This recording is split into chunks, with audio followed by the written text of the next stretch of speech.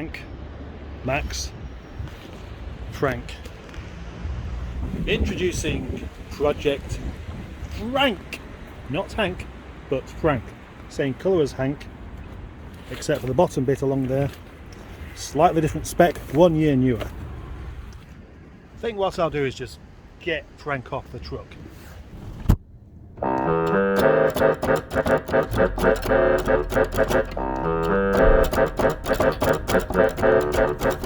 This part of the video seems to be going on quite a bit longer than I wanted it to do, but I've already edited the end of it, and it would mean an awful lot of hassle to chop all this bit out as well. Now I don't want you to get this car mixed up with Project Hank over there, which is part of the reason I always give these cars names. Oh yes, obviously from this angle you wouldn't know which one it was. Hank! No, sorry, I mean Frank. It should be easy enough to decipher which is which. Once this car was finished in Night Fire Red, and when it's clean we'll see how good that paint actually is. But it looks okay, just a couple of scuffs here and there. Observe the wheels. They are 13-inch alloys. When was the last time you saw 13-inch alloys? The last time for me was on a Dolomite Sprint, which was actually a Dolomite 1850 HL. These particular wheels came from a Honda Prelude. There's quite a bit of work to do on the interior. There's various broken bits here and there and missing bits, etc. Just bits coming off over there as well. It has most certainly been a well-used car. Yes, it has. The man's had it for a very long time. Not sure what this is all about. There's a switch there. Could it be that it has a electric fan issue or something like that? Carpet's a bit worn out and that's been caught a couple of times. A few other bits like that. I've seen a lot worse.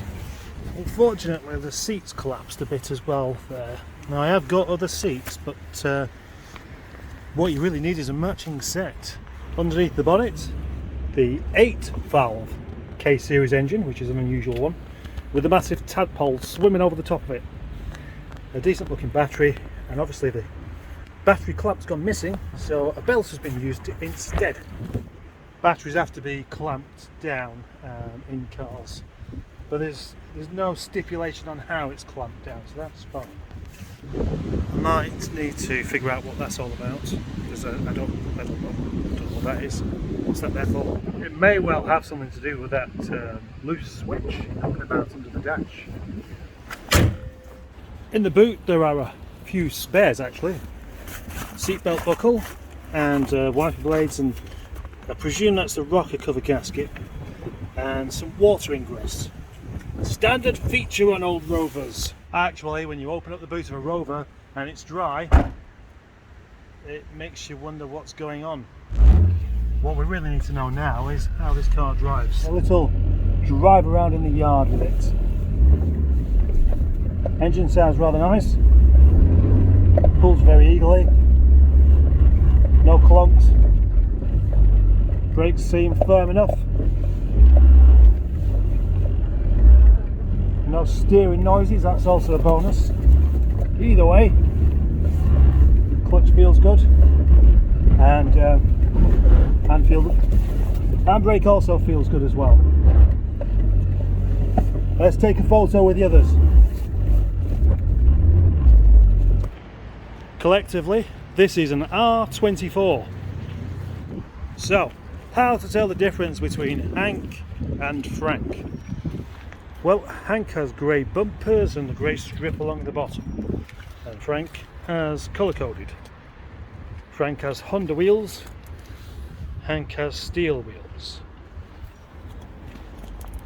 Hank looks marginally better condition, with the paint that is, and it has a sunroof that leaks. One of them works and has an MOT, and the other one doesn't.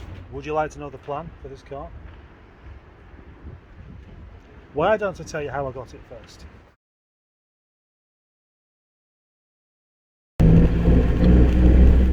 I'm due at Eccles at 11 o'clock this morning, and I was about to set off when I lost one of my keys for Max. Yep, so that's I didn't exactly want to just go away and forget about that, because I need the keys for that car. And then the truck wouldn't start, and then the end off of the jump leads fell off. So, not a good start. I don't even know what time it is, because the clock in my truck obviously isn't reading the correct time now because the battery went flat.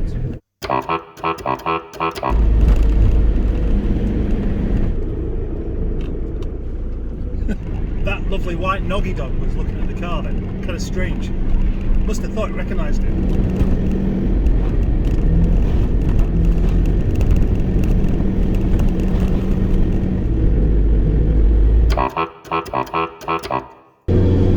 As you can see, I am on my return journey with this new car. This is Hank's brother, 1 year younger. It's a 214, 8 valve without wood cappings. So it's exactly the same car as Project Barry was. Remember that one? And if you don't, search for Project Barry. I did a gearbox in it. It was a right pain. I didn't enjoy it. But because this is Hank's brother, I'm going to show very little imagination and call this car Frank. Project Frank. Let's hope this one gives me a lot less grief. Just like the 800 behind me, whose name I've forgotten, which shows just how good this naming system is, this car has come to me in collaboration with Mr. Mansley of Rover Revival and someone else. It's basically a donation to the Project Nigel / Rover Revival collaboration thing that we seem to have. Over the past year, this channel has been quite well known for trying and often failing to fix things. But the important word here is trying. Always trying. Always trying, sometimes failing, never wasting. Project Nigel. It's not just a car, it's this channel, and it's becoming my job. It's my future, doing things with cars, doing things with these cars, but more specifically the preservation of the Rover car. And that means that any of these that are picked up, I'm going to do what I can to make them saleable and sell them to enthusiasts. And that means doing away with this kind of cheapo runaround for 350, 450 pounds, because those kind of cars get used for a little while, then they break down and they get binned, and the owner feels no guilt about it. And why should they? That's not preservation at all. That's just flogging cheap cars on. I want these cars to be something that are used 5 or 10 years in the future. That's what this kind of preservation is all about. Otherwise, I may as well just buy Renault Clios and Fiestas and flog them on and make a couple of £100 on each one. I'd make a much better living doing that kind of thing. As with all these cars, from now on, certainly, I'm looking for the people to buy them, rather than it just be whoever's got the money. I want them to go to enthusiasts. I want them to go to the people who've got the money to pay a decent price for them, because they'll be able to pay to look after them.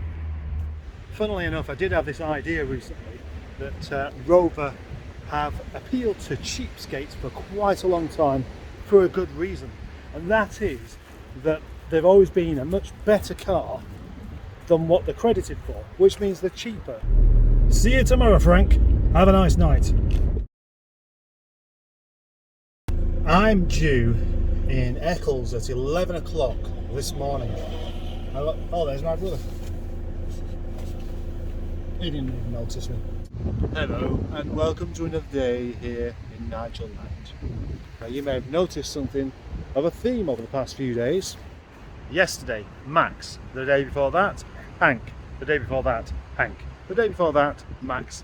The day before that, Max. 5 straight days of nothing but R8 action. So nothing of the 45, the 800, the 25 or the 75. All those over there.